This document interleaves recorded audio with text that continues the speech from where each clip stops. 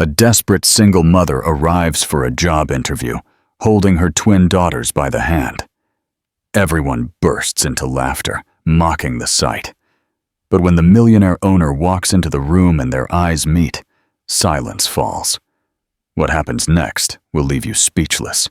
If you've ever felt like your world was against you, hit the like button, comment where you're watching from, and subscribe to the channel for more powerful stories. The rain drummed against the bus windows as Clara Jenkins held her daughters close. Mia and Eva, 4-year-old twins, slept peacefully on her lap, their small heads resting on her shoulders. The 29-year-old woman stared out the wet window at the streets of Portland, Oregon, her heart beating faster and faster. Today was her last chance. She had been out of work for months, bills piling up on the table in her rented room. And now, even that small refuge was threatened. The landlady had already called twice about the overdue rent. Clara knew that tomorrow she might not have a roof over her and the girls' heads. "Next stop, Pioneer Courthouse Square," a mechanical voice announced on the bus. Clara gently shook her daughter's shoulders. "Mia, Eva, wake up, my darlings. We need to get off." Mia, always more alert than her sister, opened her big brown eyes. "Mommy, where are we?" "We're going to a very important meeting, remember? Mommy is going to talk to people about a job at a restaurant." Eva rubbed her eyes with small fists. "Can't we stay home?" Clara's heart ached. If only she could leave them with someone she trusted. But there was no one. Her parents had cut contact 3 years ago, when she refused to reveal the girl's father. Friends had gradually drifted away when her life became too complicated for their carefree get-togethers. "I can't leave you alone," she said softly, helping them put on their coats. "You'll be good and quiet, I promise." "We promise, Mommy," they said at the same time, which always made Clara smile, despite the difficulties. They got off in the rain. The Gilded Palette was just 2 blocks away, but each step felt like an eternity. Clara carried Eva, while Mia held her other hand tightly. Their clothes were clean, but visibly not of high quality. Clara wore her best blouse, a white shirt she had managed to iron with a borrowed iron. When they stopped in front of the restaurant's elegant facade, Clara felt her courage abandon her with every second. The Gilded Palette was one of Portland's most renowned establishments. Crystal chandeliers shimmered behind the large windows, and inside, she could see elegantly dressed people seated at tables with white tablecloths. "Mommy, it looks like a palace," Mia whispered in admiration. "Yes, my love, and maybe Mommy will work here." Inside, an atmosphere of restrained elegance prevailed. Clara looked around and noticed some people sitting in the waiting room, other candidates for the waitress position.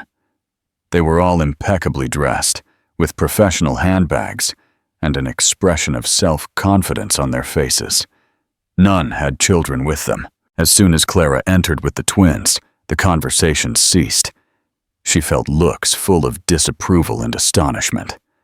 One of the candidates, a slender blonde in a pantsuit, whispered something to a colleague who cast a disdainful glance at them. Clara approached the reception, where a severe, middle-aged woman with short, perfectly styled hair sat. The sign on her desk read, "Victoria Stone." "Manager, good morning. My name is Clara Jenkins. I have a job interview scheduled for 2 p.m. Victoria Stone looked up from her documents, and her expression hardened upon seeing the girls. "Ms. Jenkins," she said coldly. The advertisement had no information about the possibility of bringing children to the interview. "I'm sorry, but I had no one to leave them with. I promise they will be very quiet." "This is very unprofessional," Victoria interrupted, not hiding her irritation. "The Gilded Palette is a serious business, not a daycare. Please, sit over there in the corner. I will interview the candidates in order, and you will be the last." Clara's cheeks flushed, but she nodded and led the girls to the designated corner. They sat on uncomfortable chairs, and the twins snuggled up to her, sensing her tension. The hours dragged on. One after another, The candidates were called for the interview and then left with either satisfied or disappointed expressions. Mia and Eva tried to be good, but they were hungry and tired. Clara had only a small loaf of bread in her bag, which she divided between them. "Mommy, when are we going home?" Eva whispered, resting her head on her mother's shoulder. "Soon, my love. Mommy still needs to talk to the lady." But deep in her heart, Clara knew that after a start like this, her chances were minimal.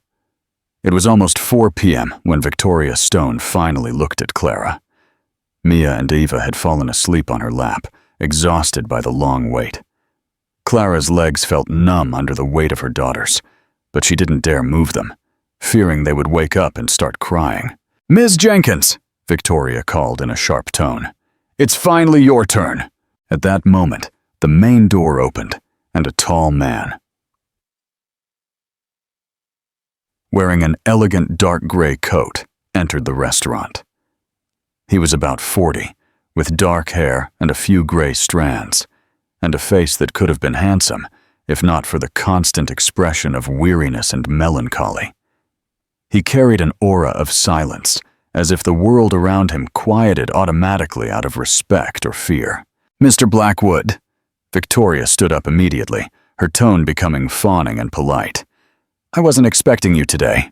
Julian Blackwood nodded in greeting, but his gaze swept the interior of the restaurant.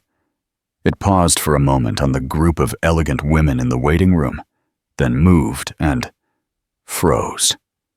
In the corner, on uncomfortable chairs, was a young woman with 2 girls asleep on her lap. Her light brown hair was carefully pinned up, but some strands had escaped the hairstyle after a long day of waiting. The blouse, although clean and ironed, was clearly inexpensive, but it wasn't the clothes that caught his attention. It was the expression on her face. Weariness, determination, and something more, a fragile dignity that did not allow her to be defeated, despite the obvious difficult situation. Something in his chest stirred painfully. That image, a mother with children on her lap, brought back memories he tried to bury deep in his mind. "Who is she?" he asked softly, without taking his eyes off Clara. "One of the candidates for the waitress position," Victoria replied with clear irritation. "Very unprofessional. She brought children to the interview. I was just about to dismiss her." "Dismiss her?" "Well, yes, get rid of her. This is not a place for—" "I'll speak with her," Julian interrupted. Victoria straightened up in surprise. "You, sir? But you never conduct staff interviews." "Today I will." His voice left no room for discussion. Clara noticed that something was happening. Victoria seemed surprised, and the elegant man was looking in her direction. Her heart began to beat faster. Was this the end? Would she be told she didn't belong here? Julian approached her slowly. Clara tried to stand up, but the girls were heavy and fast asleep. "Please, don't get up," he said softly. "I don't want to wake them." His voice was warm, completely different from Victoria's tone. Clara looked at him in surprise. "My name is Julian Blackwood. This is my restaurant." "Clara Jenkins," she whispered, feeling her cheeks burn. "I apologize for this situation. I know it's unprofessional, but I really had no one to leave the girls with."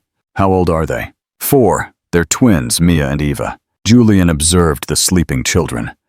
Mia had longer hair, which fell over her face in soft curls, while Eva had a shorter cut and a calmer expression, even when sleeping. "Beautiful children," he said softly. "They seem to trust their mother." "They're all they have," Clara replied, before thinking about her words. For a moment, there was silence. Julian saw something in that woman's eyes that he recognized.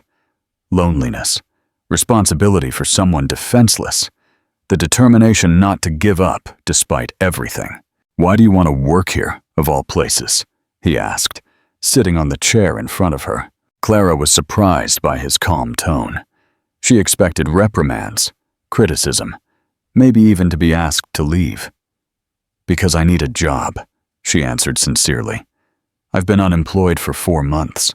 I've looked everywhere, in cafes, bars, even fast food places.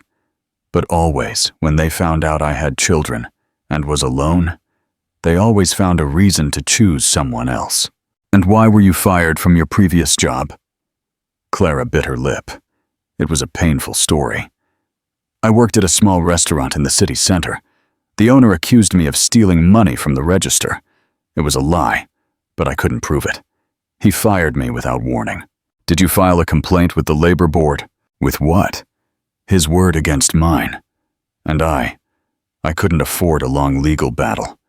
The girls needed stability, not more chaos. Julian was silent for a moment, observing her face.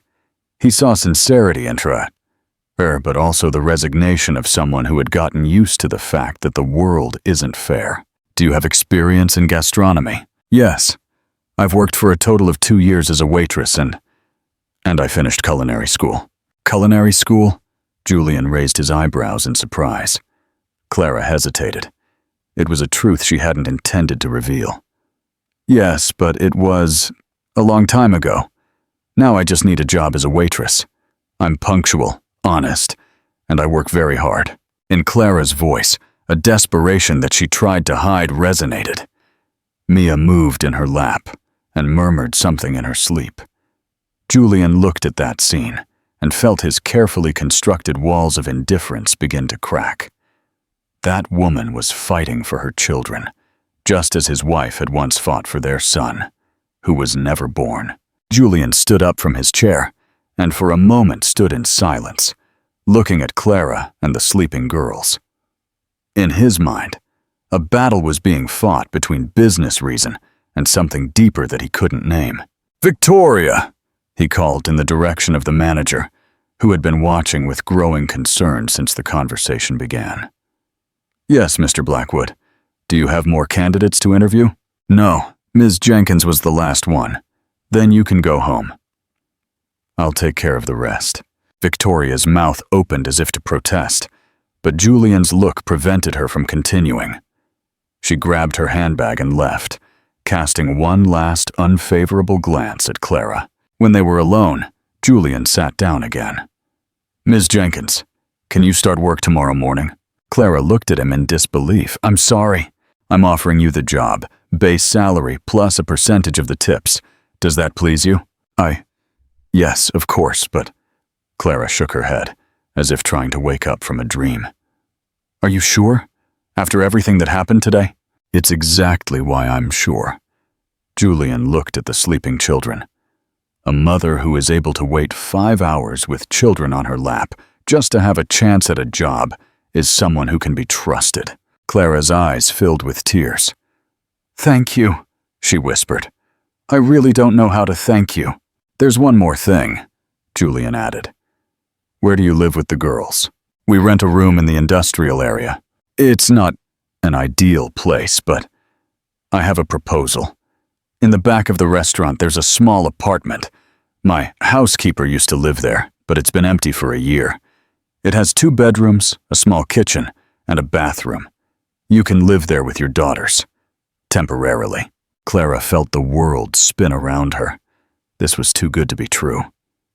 You're serious?" "I don't have a habit of joking about business matters," he replied.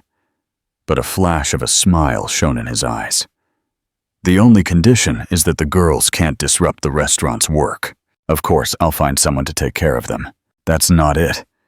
In the back, there is a small garden. They can play there, under the supervision of the chefs while you work, but they must be quiet during customer service." Eva opened her eyes and looked at the strange man sitting in front of them. "Mommy, who is he?" she asked in a sleepy voice. "It's Mr. Julian, Eva. He's the owner of this beautiful restaurant. Like a palace," Mia added, who had also woken up. Julian smiled for the first time in a long time. "Yes, a little like a palace. And what's your name?" "Mia, but Mommy calls me Mia Bug. And I'm Ava. But I'm not a lily in the garden," the sister said with seriousness, which made Julian laugh. "It's a pleasure to meet you girls. You're going to live here with Mommy." The twins looked at Clara with excitement. "Really, Mommy?" Clara nodded, still unable to believe what was happening. "Yes, my darlings, we will have a new home. I'm going to show you the apartment," Julian proposed, getting up, "so you can see if you like it." They passed through the main dining room, near the elegant kitchen, where some chefs were preparing for the evening service. Everyone looked with curiosity at the small procession. The apartment was indeed modest, but clean and cozy. The larger room had a wide window overlooking the garden. The smaller one was ideal for the girls' bedroom. The kitchen was small, but functional. "Mia Bug, look!" Eva ran to the window. "There are flowers and a bench here. And a swing," Mia added, pointing to an old wooden swing hanging from a large oak tree. Clara stood in the doorway and looked at her daughters, who for the first time in months seemed genuinely happy. She turned to Julian with eyes full of gratitude. "Why are you doing this? You barely know me." Julian looked out the window at the girls playing. His face became serious. "Everyone deserves a second chance, Ms. Jenkins. Some of us just wait longer for it." There was a note of sadness in his voice that Clara couldn't understand, but she decided not to ask. Everyone had their secrets, their wounds. She also had hers. "When can we move in?" she asked. "As soon as tonight, if you like. Here are the keys." He handed her a small set of keys. "Tomorrow, at 8 in the morning, you will meet the rest of the team. The first shift starts at 10. Clara took the keys, feeling their weight in her hand. They were the keys to a new life. "Mr. Blackwood, I don't know how to repay you. Please, just do a good job and take care of those girls. That's enough." That night, as Clara tucked her daughters into bed in their new room, Mia asked, "Mommy, is that man good?" "Yes, my love, I think he's very good." "Then why does he look so sad?" Clara stroked her daughter's hair. "Sometimes good people are sad, Mia Bug, but maybe our smiles will make him feel better." Outside, the rain whispered. But for the first time in months, Clara felt safe. She still didn't know that that rainy day would change not only her life, but also the life of the lonely restaurant owner who had lost faith in risking his heart again. 3 weeks passed like a dream. Clara woke up every morning at 6, prepared breakfast for the girls, and then took them to the garden, where they could play under the watchful eye of Chef Leo, the oldest chef, who had adored the twins since the first day. "There's nothing like a child's laughter in the kitchen," he would say, offering them pieces of warm croissants. Clara quickly found her place on the team. She was punctual, polite, and had a natural talent for serving customers. Some clients were already specifically asking for her tables, which did not go unnoticed by the other waitresses. "The new girl is lucky," whispered Sarah, the oldest waitress, to a colleague. "But let's see how long that luck lasts." Clara tried not to pay attention to the whispers and envious glances. She concentrated on her work and the girls, who were flourishing in the new environment. Mia made friends with the restaurant's cat, Ginger, while Eva loved to help Chef Leo with simple tasks, like measuring flour or whipping croissant cream. Julian watched that small family from a distance. Every morning, sitting in his office with a cup of coffee, he looked out the window at the garden, where the girls were playing under the oak tree. Their laughter even reached him through the closed windows, filling the space that had been dead for years.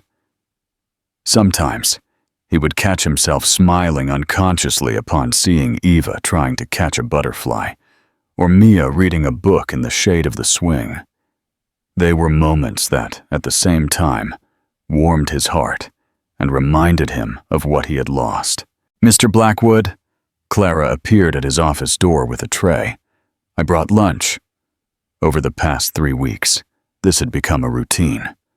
Clara would bring meals to him in his office, as he rarely came down to the main dining room during service.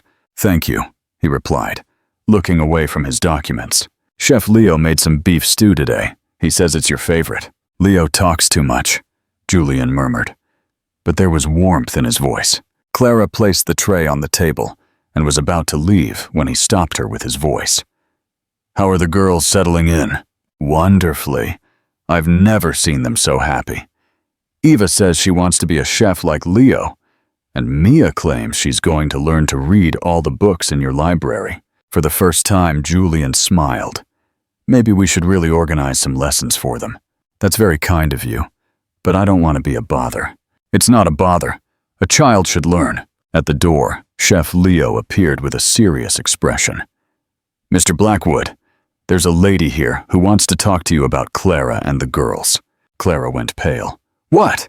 She didn't give her name, but she says it's urgent. She's waiting in the main dining room. Julian stood up with determination. I'll talk to her. Maybe I should go with you, Clara proposed, visibly nervous. No, stay here.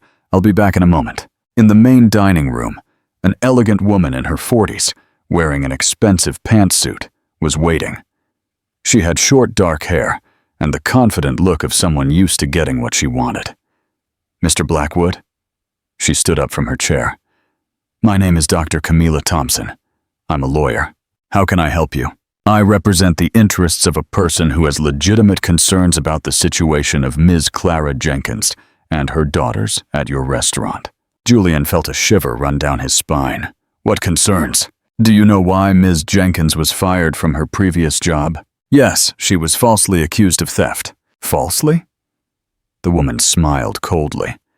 Do you have proof of this falsehood? And does she have proof to the contrary? I am not the one being questioned here, Mr. Blackwood. My client is concerned about the safety of the children. A restaurant is a workplace, not a daycare. Did you check Ms. Jenkins' documents, her past, her connections? I don't see the need.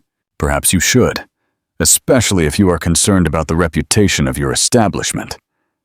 The lawyer placed a business card on the table.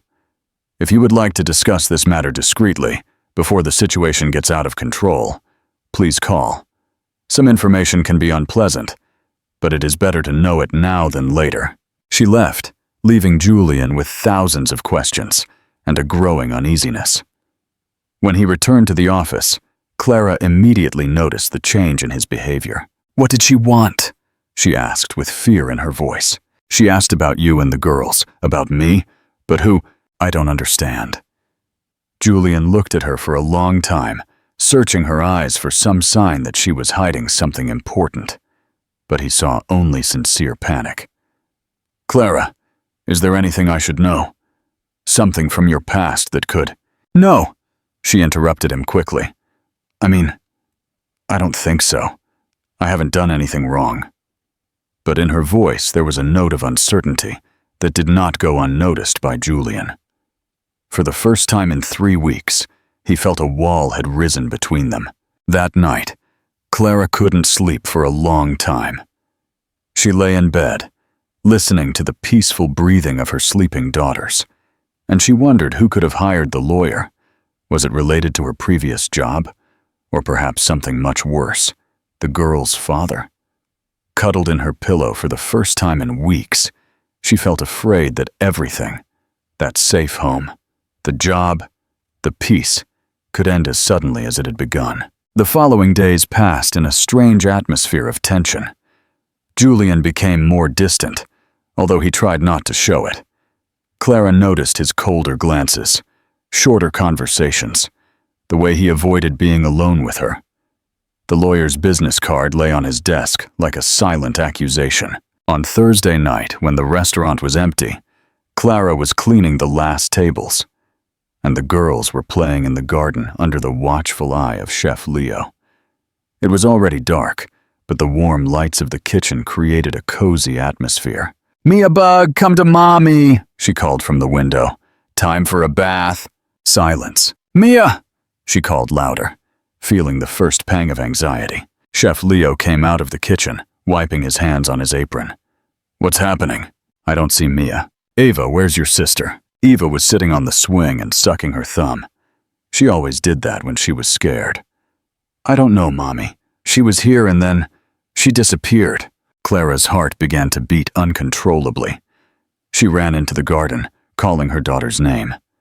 Chef Leo joined her, lighting up the bushes and behind the trees with a flashlight. "Mia, this isn't funny. Come out now!" Julian heard the shouts from the main dining room.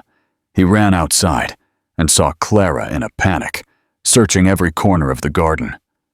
What happened? Mia is gone. She was just here a little while ago and now… She didn't finish the sentence, because from a distant corner of the garden came the bark of a dog and a child's laughter. They all ran there and saw Mia sitting on the grass next to a golden retriever belonging to a long-time customer of the restaurant. "Mia Bug!" Clara fell to her knees and hugged her daughter. "Where were you? You scared Mommy." "Mr. Arthur said Boris has new tricks.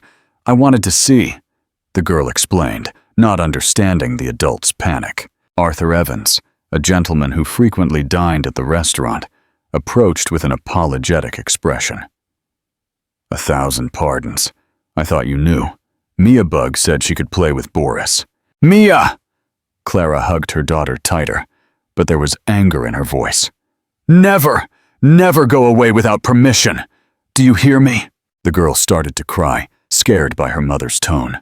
"Sorry, Mommy." Julian watched the entire scene with growing irritation.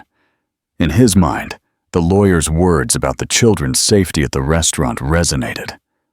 What would happen if Mia really got lost? If she went out into the street? If… "This cannot happen again," he said softly, but with firmness. Clara looked at him with tears in her eyes. "I know. Sorry. It won't happen again." "I hope so," he replied coldly, "because if it does, I will have to make other decisions."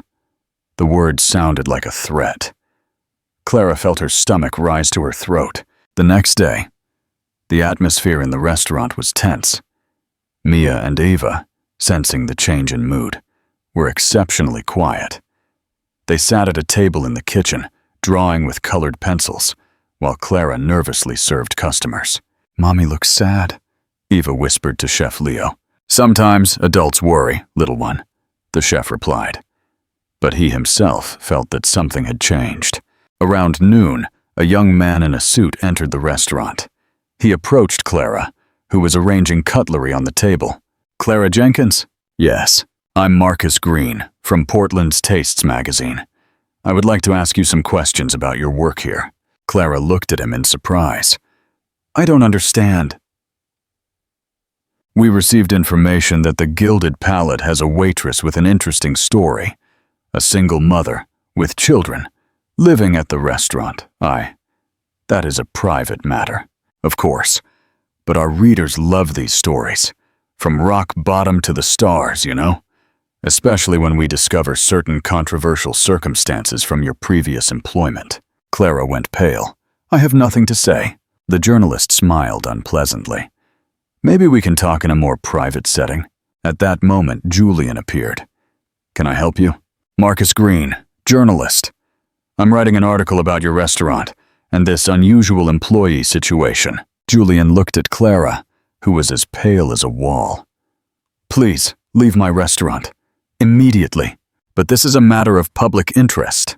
This is my private property. Please leave before I call security." The journalist shrugged and left, but not without a last meaningful look at Clara. "What was that?" Julian asked when they were alone. "I don't know. Someone must have informed him." "Who? And about what?" Clara opened her mouth, but she didn't know what to say. She felt that she was getting entangled in a lie. But the truth was even more terrifying. "Clara," Julian took her hand. "You need to tell me what's happening. What is all this about?"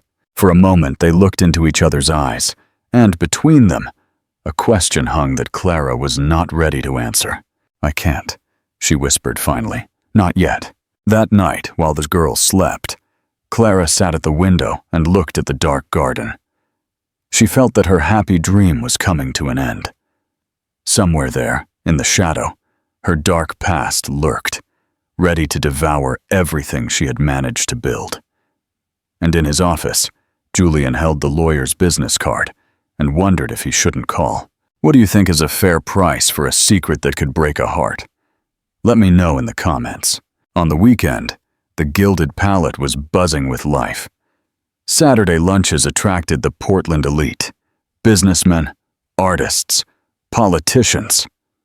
Clara tried to maintain a sense of normalcy, but she felt the customers' eyes on her, as if everyone already knew about the article that was about to come out. Table 8 is calling for you, Sarah said with poorly disguised satisfaction. It's the famous food critic, Mr. Peixoto. Clara approached the table with her heart pounding.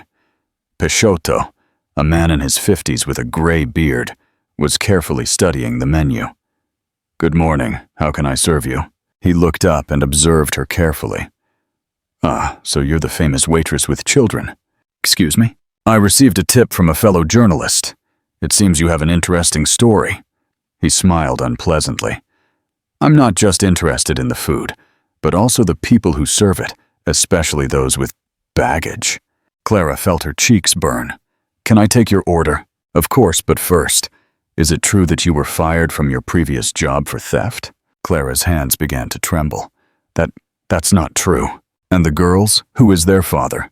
I've heard several theories. Please, just tell me what you want to order, she said softly, trying to stay calm. From the kitchen, suddenly, came a scream from Eva. Clara jumped from the table and ran there, leaving the surprised critic. In the kitchen, Eva had her hand under cold running water, crying. Chef Leo was trying to calm her down. What happened? She touched a hot pan, Chef Leo explained. Nothing serious, sweetie, boss, but she got scared. Clara hugged her daughter. It's okay, my love. Mommy's here. It hurts, Eva sobbed. At that moment, Julian entered the kitchen with an expression of anger. What's going on? Customers are complaining that you left them in the middle of service. Eva got burned. Chef Leo could have taken care of her.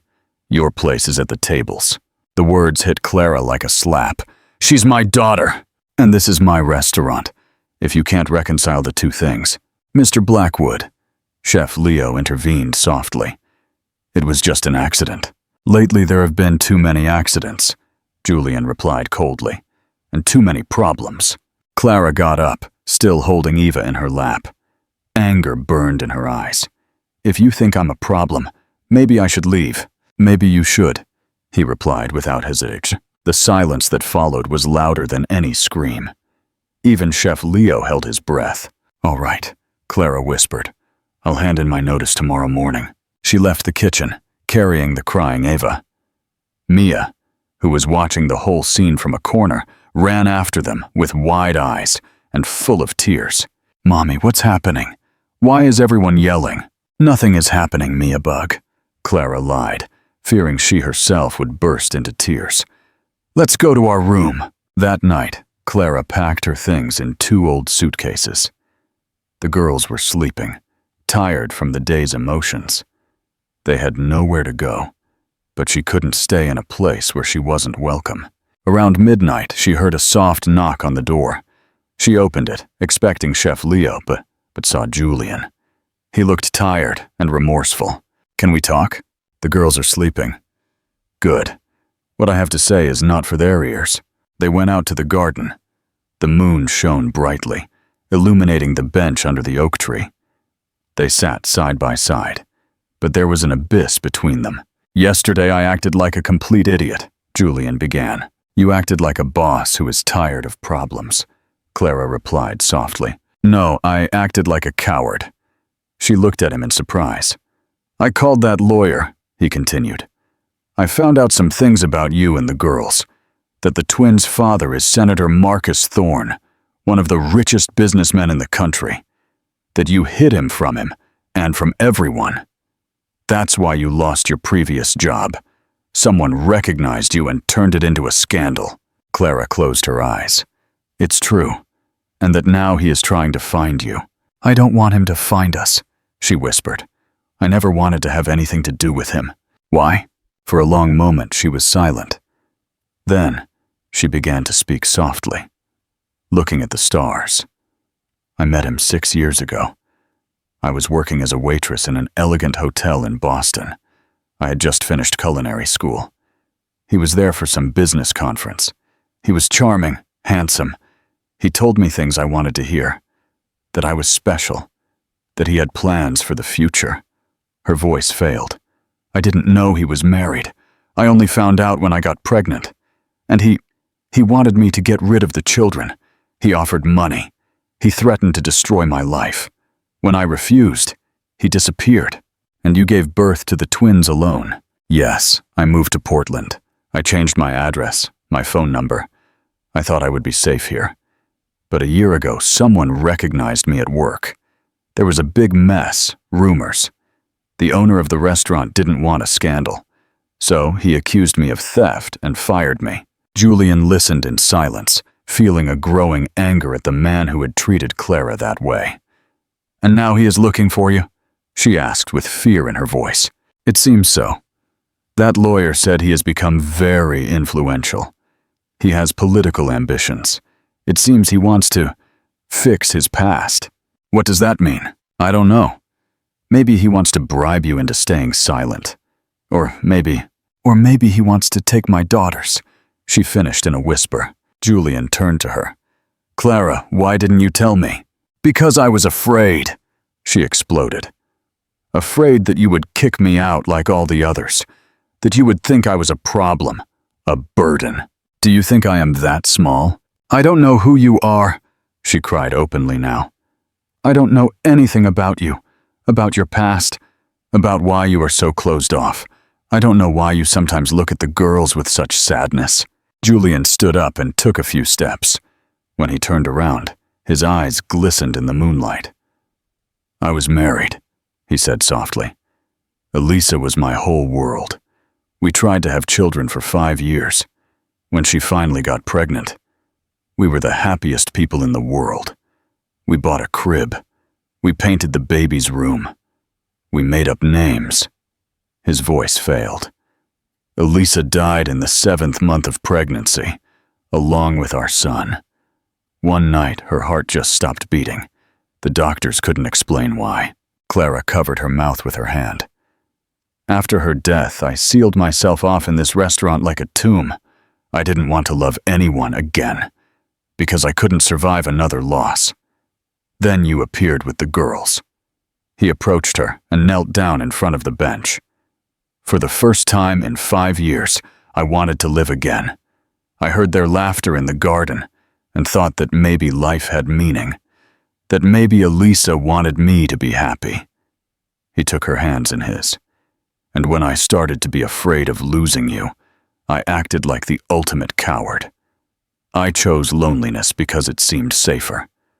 Clara, I love you, and I love Mia and Eva. It doesn't matter who their biological father is. No matter how complicated your past is, I want to be a part of your future." Clara cried now without restraint. All the fears, all the loneliness, all the sleepless nights, everything flowed out of her along with the tears. "I love you too," she whispered. "But what if he finds us? We'll deal with it. Together." It was exactly the word "together" that she had longed to hear her entire life. The following weeks were like a honeymoon. Julian and Clara rediscovered each other, this time without secrets or walls. He told her about Elisa, about the pain he carried in his heart. She told him about the years of raising the girls alone, about the fear of tomorrow. Mia and Eva revived, seeing their smiling mommy and Mr. Julian, who now came down from the office more frequently to talk with them. At night, he read them stories in the garden, and they called him our Mr. Julian. "Mommy, is Mr. Julian going to stay with us forever?" Eva asked one night.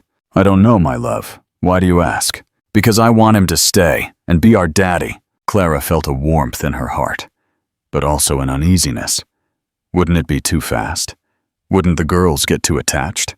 Her fears proved prophetic. On a Wednesday morning, 2 elegant cars arrived at the restaurant. From the first, the known lawyer emerged, Dr. Camila Thompson. From the second, a tall, handsome man in an impeccably tailored suit. He had dark hair sprinkled with gray, and the confident look of someone used to winning. Senator Marcus Thorne, the father of Mia and Eva. Clara was serving breakfast to regular customers when she saw him. The plate slipped from her hands, breaking on the floor. All heads turned in her direction. "Clara," Marcus said calmly, "it's good to see you." It wasn't a casual tone. It was the voice of a man who had come to get what he wanted. Julian immediately appeared at her side. Do you wish for something? Marcus Thorne, I think your girlfriend told you about me. Clara is not my girlfriend. She's my fiancée, Julian said, surprising himself with that lie. Marcus smiled coldly. Congratulations. Although I'm not sure she informed you about all the details of our common past. He knows everything, Clara replied, finally finding her voice. Seriously? And he knows I'm the biological father of these two adorable girls? A silence fell over the restaurant. All the customers stopped eating. Maybe we should go to the office, Julian proposed. I'd rather see my daughters, Marcus said. After all, I've never seen them. Because you didn't want to, Clara hissed. I was young, unprepared. But now a lot has changed. I'm divorced, I have a stable situation, and I want to be a part of my daughters' lives. At that moment, the girls' laughter came from the garden. Marcus walked toward the door, but Julian blocked his way. Not so fast. Do you have any right to prohibit me from seeing my own daughters? The lawyer handed Julian the documents. This is a court order for preliminary DNA tests and visitation rights, all in accordance with the law. Clara felt the world fall apart around her.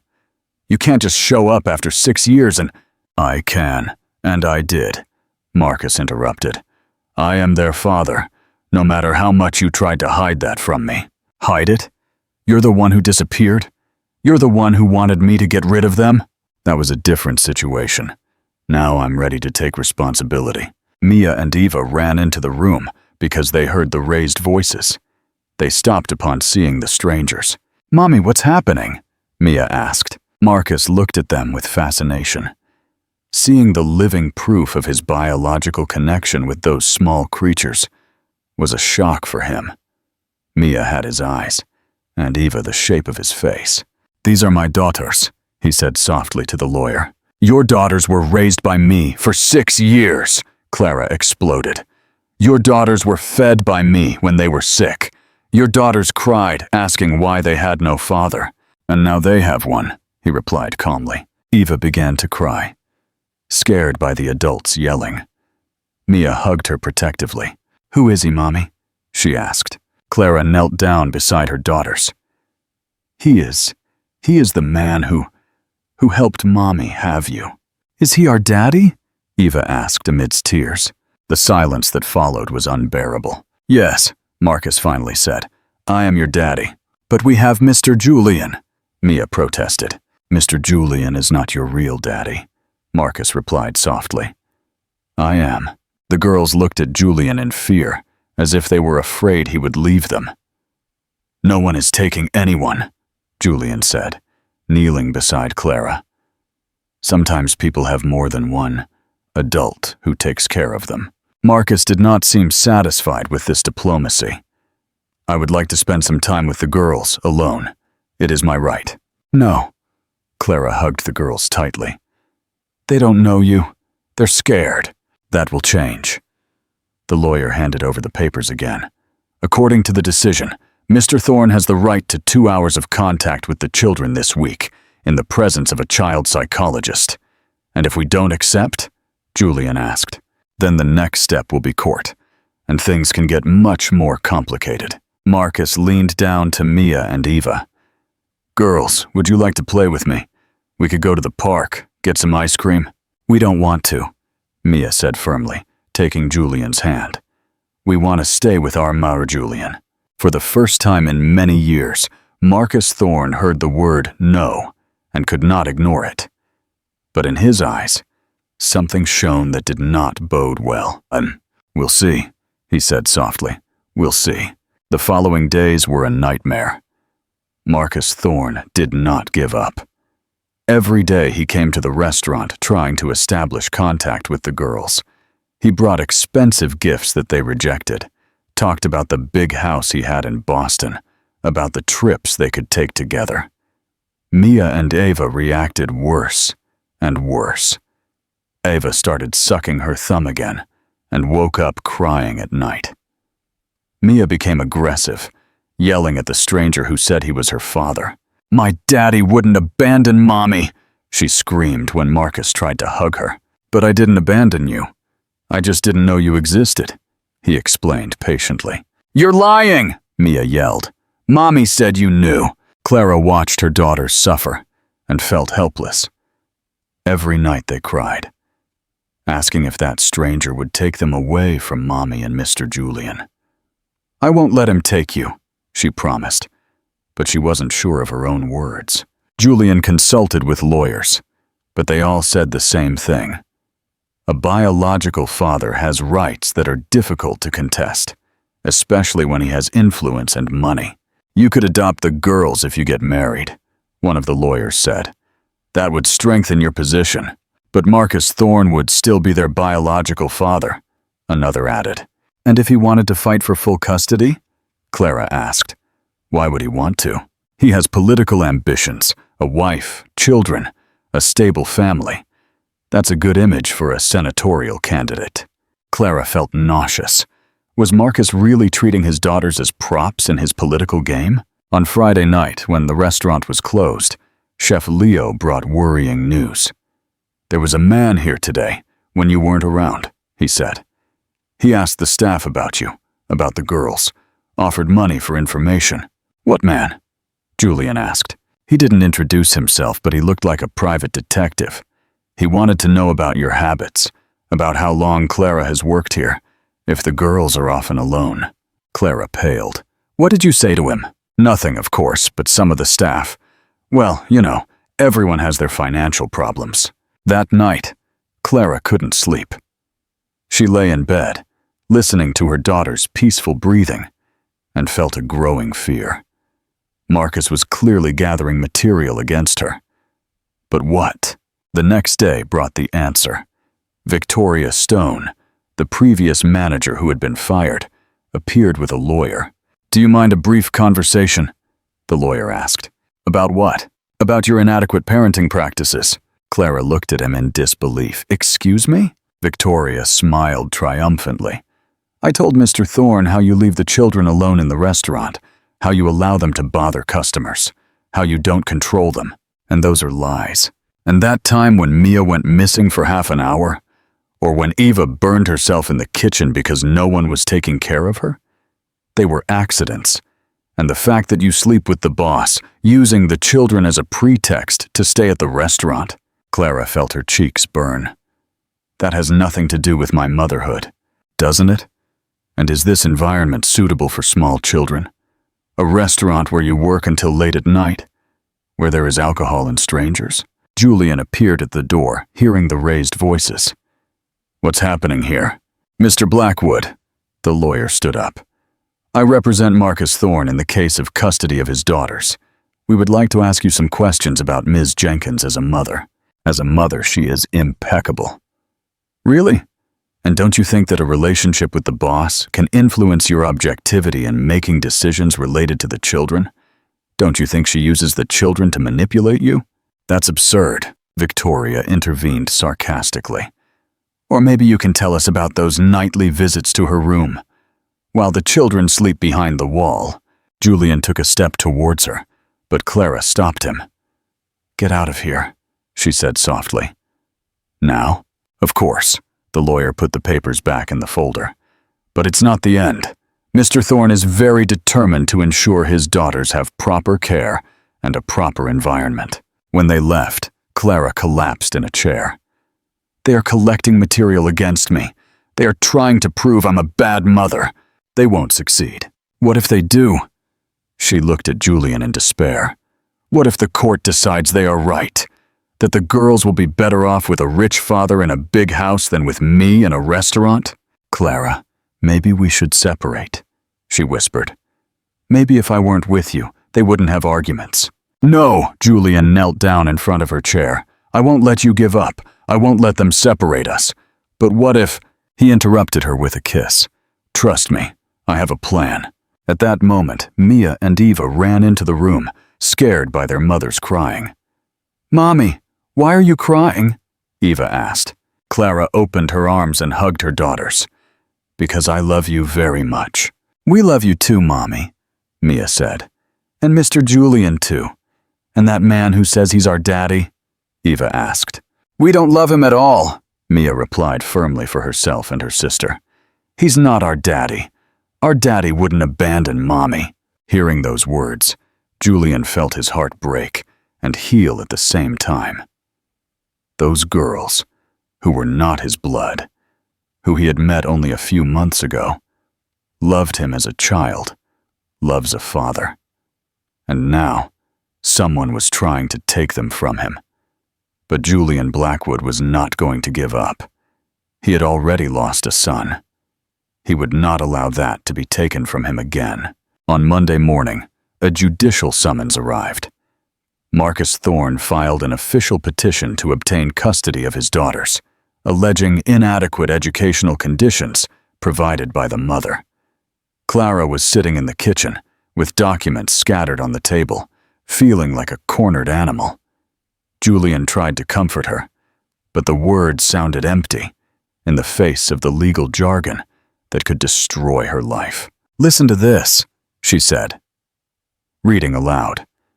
"The mother places the children in an inadequate commercial environment, exposing them to contact with strangers at different times of day and night.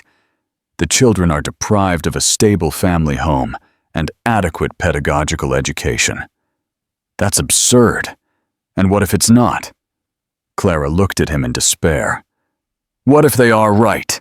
And what if the girls would really be better off in a normal house, with a garden, their own rooms, without the smell of food and the noise of the restaurant?" "Clara, stop!" The mother, maintaining an informal relationship with the employer, can make decisions motivated by financial reasons and not by the well-being of the children. She threw the papers on the table. "They say I'm with you just for money." At that moment, Eva, crying, ran into the kitchen. "Mommy, that man is here again!" Through the window, they saw Marcus talking to a man near his car. The latter was taking photos of the restaurant. "Journalist," Julian muttered. "He's preparing a media campaign. Businessman fights for daughters with homeless mother," Clara said bitterly. "I can already see the headlines." Mia joined her sister, holding her favorite teddy bear. "Mommy, is that man going to take us?" "No, my love, nobody is going to take you." But even saying that, Clara was not sure of her words. That same afternoon, another visit came. This time, a child psychologist, appointed by the court. A young woman, called Dr. Anna Rodriguez, would interview the girls. "It's a standard procedure," she explained. "I just want to talk to the children, see how they feel in their environment." She talked to each of the twins separately. Mia was suspicious and answered briefly. But Eva, always more open, told about her life in the restaurant. "I like living here," she said, showing her drawings. "Mr. Leo teaches me to cook, and Mr. Julian reads me stories. And Ginger, the cat, sometimes sleeps in my bed." "And what do you think about the man who says he's your father?" Eva frowned. "He's not my father. My father would not abandon me. Mr. Julian is my father." After the conversations, the psychologist also spoke with Clara. "The girls seem happy and healthy," she said. "But don't you think a restaurant is an unusual place for small children? Where would we live? I can't afford to rent an apartment in Portland. And Mr. Thorne offers them a house, financial stability, the possibility of an education in good schools. He offers them a stranger who was not interested in them for 6 years of their life. But people change. Maybe now he is ready to be a father." Clara felt the ground disappear from under her feet. Even the psychologist seemed inclined to believe in Marcus's goodwill. At night, when the girls were sleeping, Clara and Julian were sitting in the garden, in silence. In the air, the smell of autumn leaves and an imminent change hung. "I'm thinking of running away," Clara finally said. "What?" "We can take the girls and leave for another country. We will start over." "Clara, that's crazy. Then you will really lose the rights to the children. And now I have them. You see what's happening? Everyone, the court, the psychologist, the media, they are all on his side. A rich businessman against a poor mother with problems. You are not alone. You have me. And what if that's not enough?" She looked at him with tears in her eyes. "What if we lose? What if the court decides that the girls will be better off with him? Julian took her hand. That's not going to happen. I will not allow it. You can't know. I know one thing. These children love you, and the court will see that. Or maybe not. Maybe they will only see what Marcus wants to show them. A rich and stable father, and a chaotic mother who lives in a restaurant with her lover. A long silence followed. In the distance, the hiss of cars on the street could be heard. And from the kitchen, the smell of freshly baked bread for the next day's breakfast came. Clara, Julian finally said, if I asked you to marry me, would you marry me? She looked at him in surprise. What? I know these are not the ideal circumstances, but I love you. And the girls? I want to be your family. A real family. Julian, if we were married, my position as a stepfather would be stronger. I could adopt the girls, but that would not change the fact that Marcus is their biological father. No, but it would show the court that we offer them a stable home, a real home, and that this is not just a casual relationship. Clara was silent for a long time, looking at the windows of the room where her daughters were sleeping. And what if we lose anyway? Then we will lose together. There was a determination in his voice that made Clara feel the first flicker of hope in weeks. Yes, she whispered. Yes, yes, I will marry you, but not for legal reasons. She looked into his eyes. Because I love you, and because I want us to be a family. They kissed in the starlight. Without knowing that, on the corner of the building, a man with a camera had just taken a series of photos. In the morning, those photos would arrive at Marcus Thorne's desk. The war for the girls had just intensified. On the next morning, Clara woke up with a strange sense of peace. For the first time in weeks, she knew what to do. Julian was already awake, sitting at the window, watching the sunrise over the garden. You don't regret it? She asked, approaching him. What would I regret? The best decision of my life? She hugged him from behind, feeling the warmth of his arms. How do you want to do this? A wedding in such circumstances? Quick and discreet. This morning, I'm going to the registry office. I'll handle the formalities. No, we can get married this week. And the girls? We'll tell them after everything. I don't want them to worry about one more thing. But Mia and Eva had their own way of sensing changes. During breakfast, they watched their parents with curiosity. Mommy smells good today, Eva observed. And she smiles differently, Mia added. Mr. Julian also looks like he got something, said the little philosopher Eva. Clara and Julian exchanged knowing glances. Those children were too smart to hide anything from them. In the afternoon, while the girls were playing in the garden under the watchful eye of Chef Leo, an unexpected guest arrived. Dr. Arthur Evans, the man with the golden retriever, with whom Mia had run away that day. Sorry to bother you, he said, but I wanted to talk to you.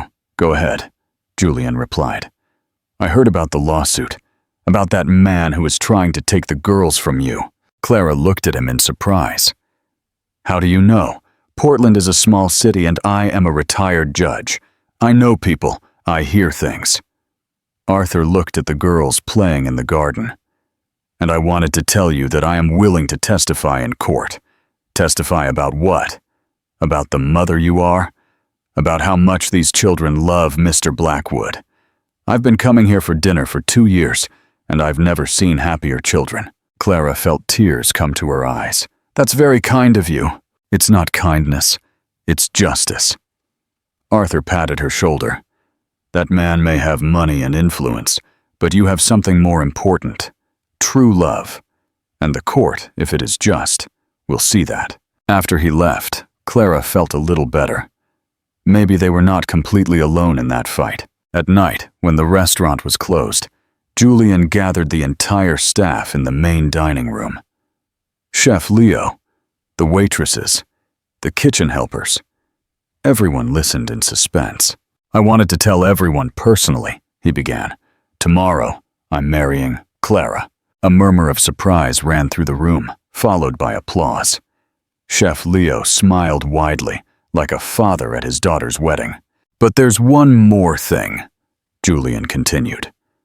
"Probably, in the coming weeks, we will be visited by journalists, lawyers, maybe even court representatives. I ask that you remember that the private life of our family is not material for gossip. We are with you."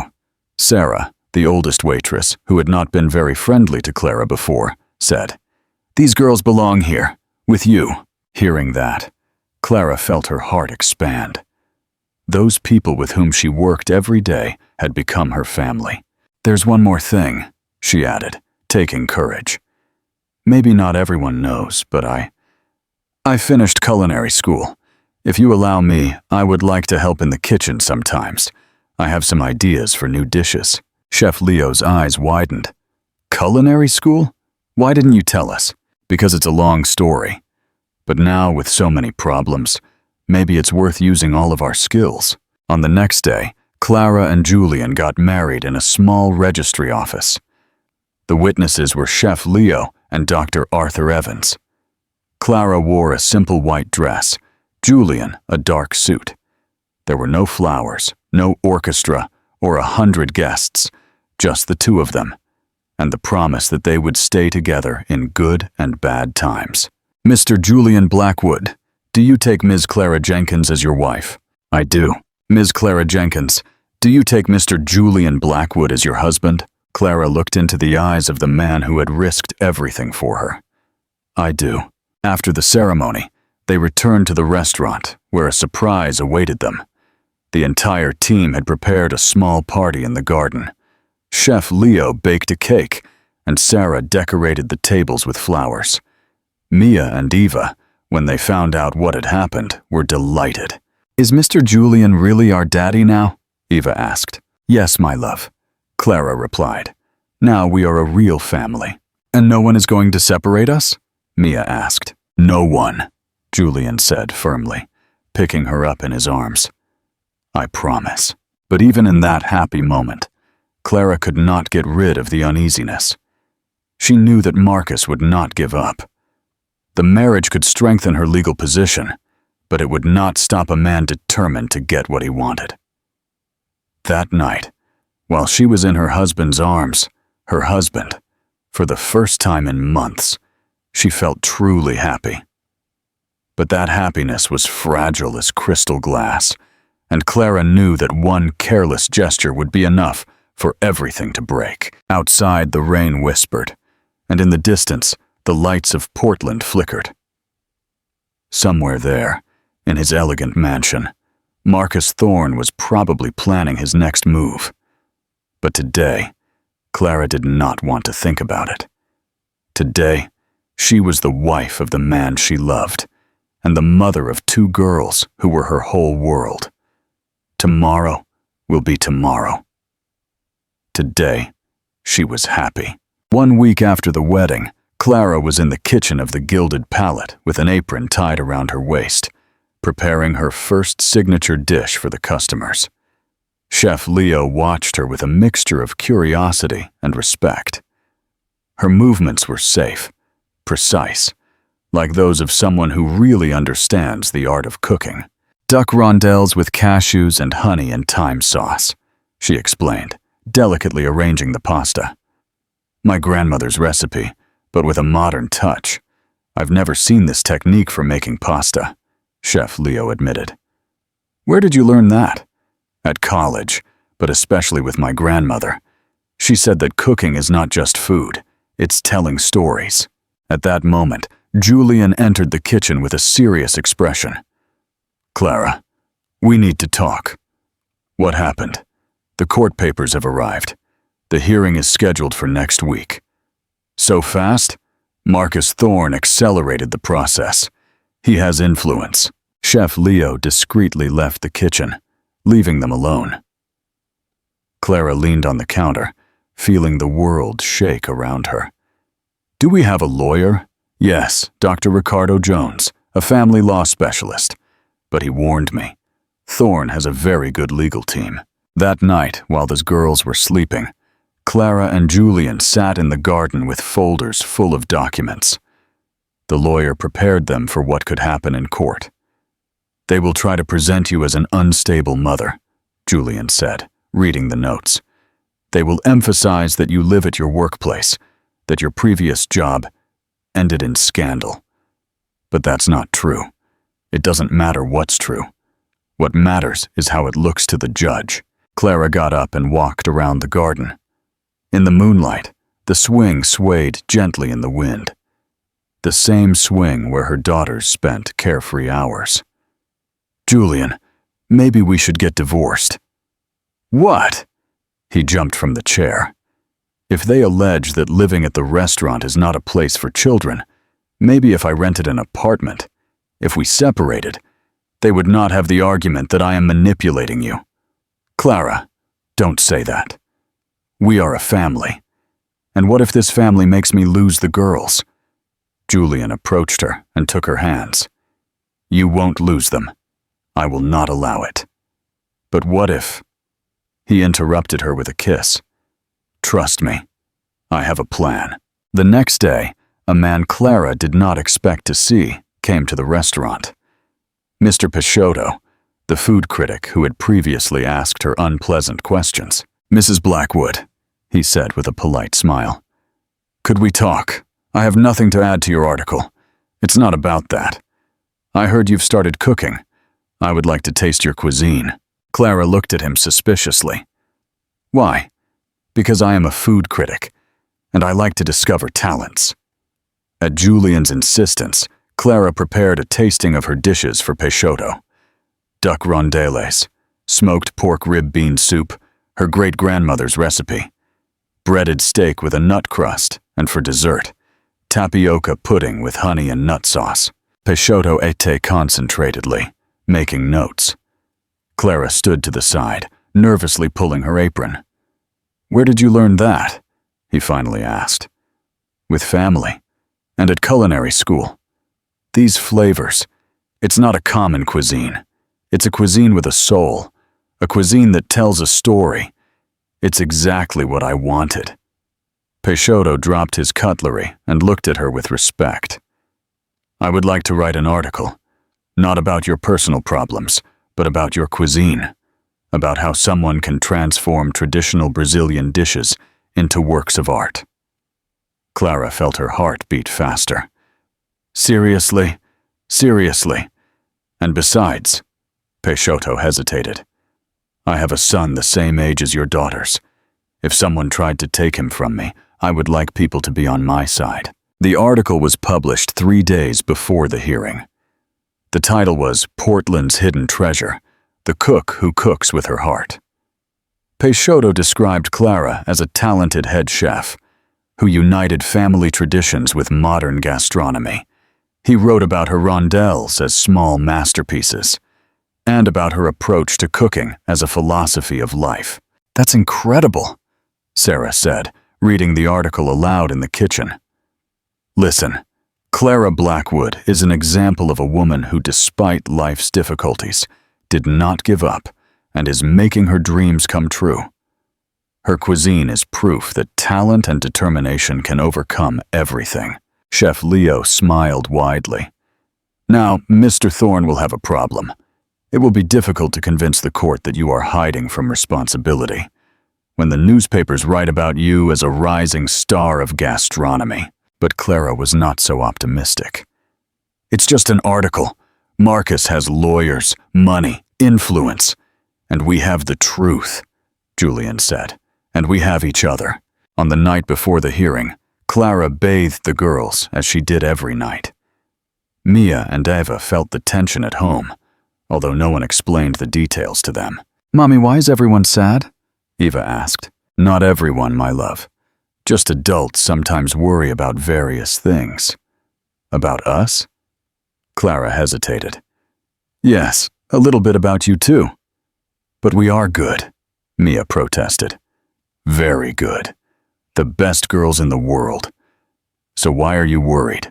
How to explain to a 4-year-old that sometimes being good is not enough, that the adult world is full of injustices and cruelties, "Because I love you very much," she finally said.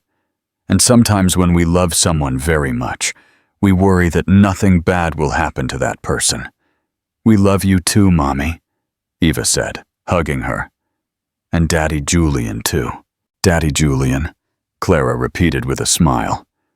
The girls had been calling him that since the wedding. That night, Clara could not sleep for a long time. Tomorrow would be the day that would decide her future. Tomorrow, she would know if love, determination, and struggle would be enough to keep what was most important. Next to her, Julian, her husband, partner, father to her children in every sense except biological, slept. In the next room, Mia and Eva, her world, her everything, slept. Tomorrow, she would fight for them with everything she had.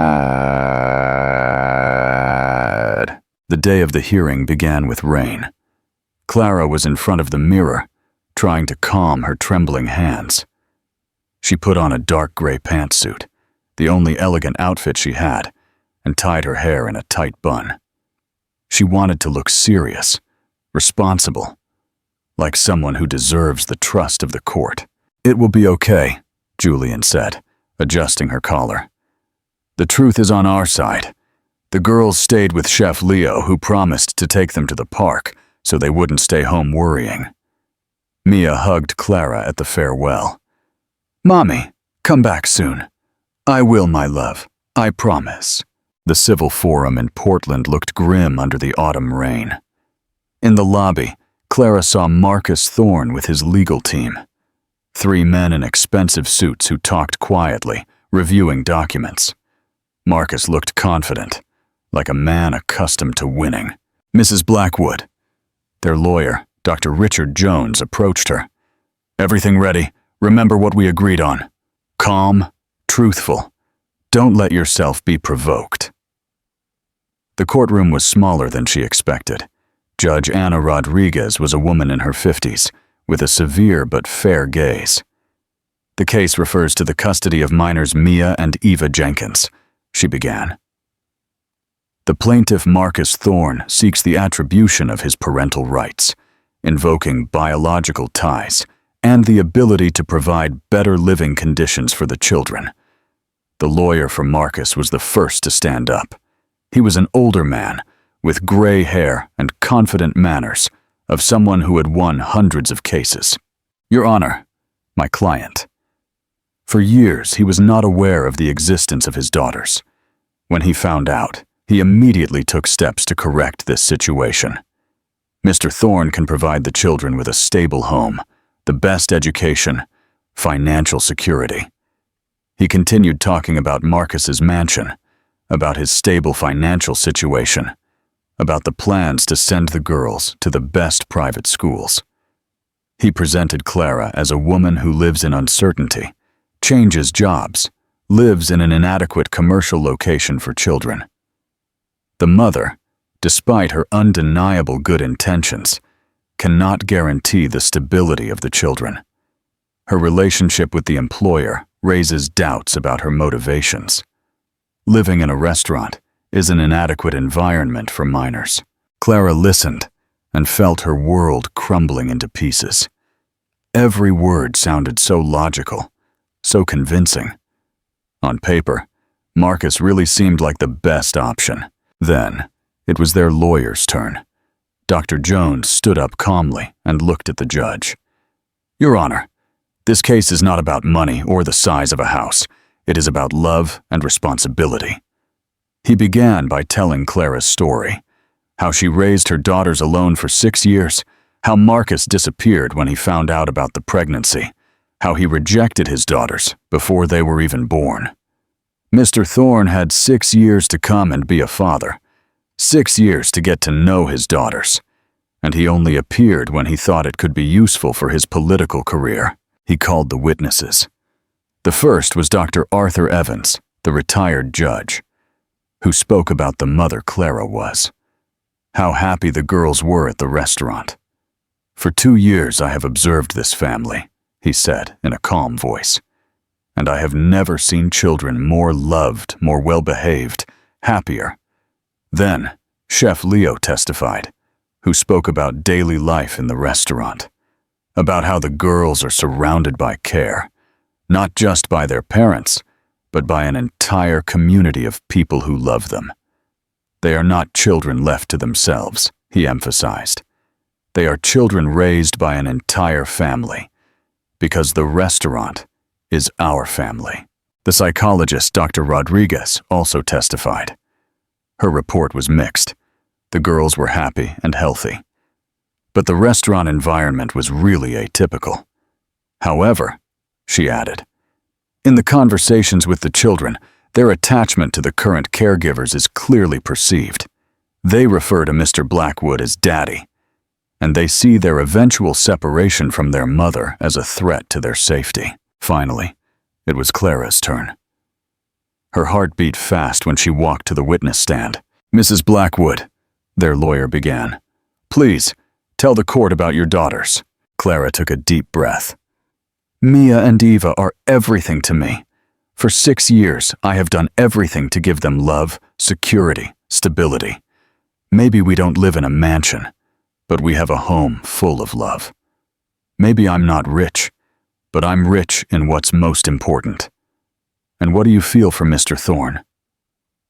Nothing, she replied sincerely. He is a stranger to me, a man who rejected my daughters before they were even born, a man who only appeared in our lives when he thought it could be useful to him. The lawyer for Marcus stood up for cross-examination. He was relentless. Is it true that you were fired from your previous job for theft? It was a false accusation.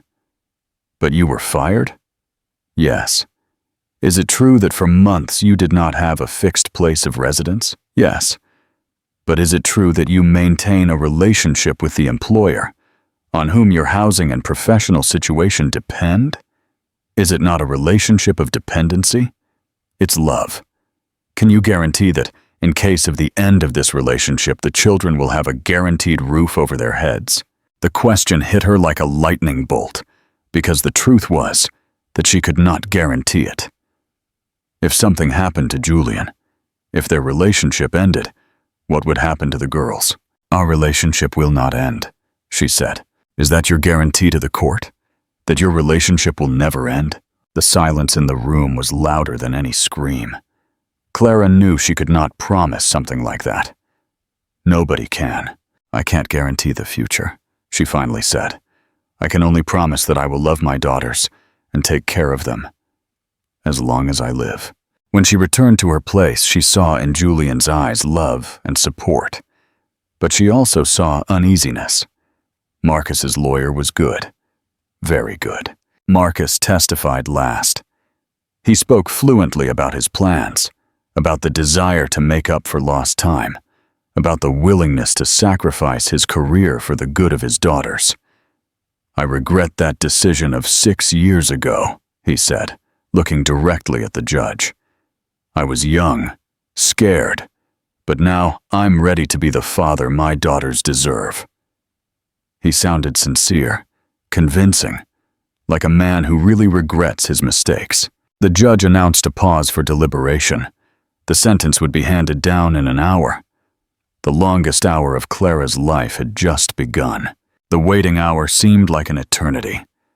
Clara and Julian sat in the courthouse corridor holding hands. Words were not necessary. Each of them prayed in silence for the same miracle. Regardless of what happens, Julian finally said, we won't give up. We will continue fighting. And if we lose, then we will lose together. Finally, they were called back into the room. Judge Rodriguez seemed tired, as if weighing human destinies was as difficult for her as it was for the parties in the process. After hearing the testimonies and analyzing all the evidence, she began. The court reached the following conclusions. Mr. Marcus Thorne is, without a doubt, the biological father of the minors. His financial and social situation is stable. He can provide the children with a high standard of living and education. Clara's world began to crumble. However, the judge continued, the court must be guided, above all, by the well-being of the children. And the well-being of the children is not just material security, but mainly emotional security. A pause. Mr. Thorne, for 6 years, did not show interest in his daughters.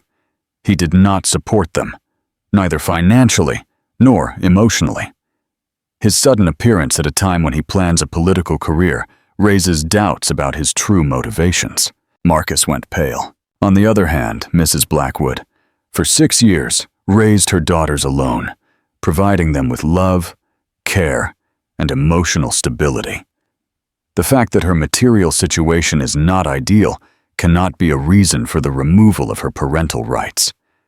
Especially significant for the court are the statements of the psychologist, from which it can be seen that the children treat Mr. Blackwood as their daddy and see their eventual separation from their mother as a threat to their safety. The judge looked at Marcus. Mr. Thorne has the right to contact with his biological daughters. The court grants him the right to meetings, one Saturday a month, for 4 hours, in the presence of a social worker. Contacts may be expanded after 1 year, as long as a positive bond is established with the children. Marcus stood up abruptly. "This is absurd. I am their father." "You are their biological genetic donor," the judge replied coldly. "A father is made over years of daily care, dedication. Mr. Blackwood proved to be that." She looked at Clara and Julian. "The main custody of the children remains with the mother and her husband. The court expresses the hope that all parties will act for the good of the children and not for their own ambitions." Clara felt her legs give way. They won. Her daughters stay with her. Marcus left the room without saying a word, surrounded by his lawyers. His face expressed anger and humiliation. But Clara did not feel triumph. She felt only relief and gratitude. In the hallway, Chef Leo was waiting for them with Mia and Eva. The girls threw themselves into their parents' arms. "Mommy, Daddy Julian," they screamed at the same time. "We missed you!" "We missed you too," Clara said, hugging them tight. "And now we will never be separated again." 1 month later, the Gilded Palate celebrated a double victory. Not only did they win the lawsuit, but the restaurant received its first Michelin star, largely thanks to Clara's signature dishes, which enchanted food critics from all over the country. At night, when the restaurant was closed, their new and expanded family sat in the garden at a long table. Chef Leo served his specialties. The waitresses laughed at work anecdotes, and Mia and Eva ran between the tables, distributing their drawings to everyone. "Mommy?" Eva approached her with a serious expression. "I drew our family." On the drawing was Clara, Julian, the 2 girls, Chef Leo with a big spoon in his hand, Ginger the cat, and a big house that looked suspiciously like a restaurant. "And who is this?" Clara asked, pointing to a figure next to it.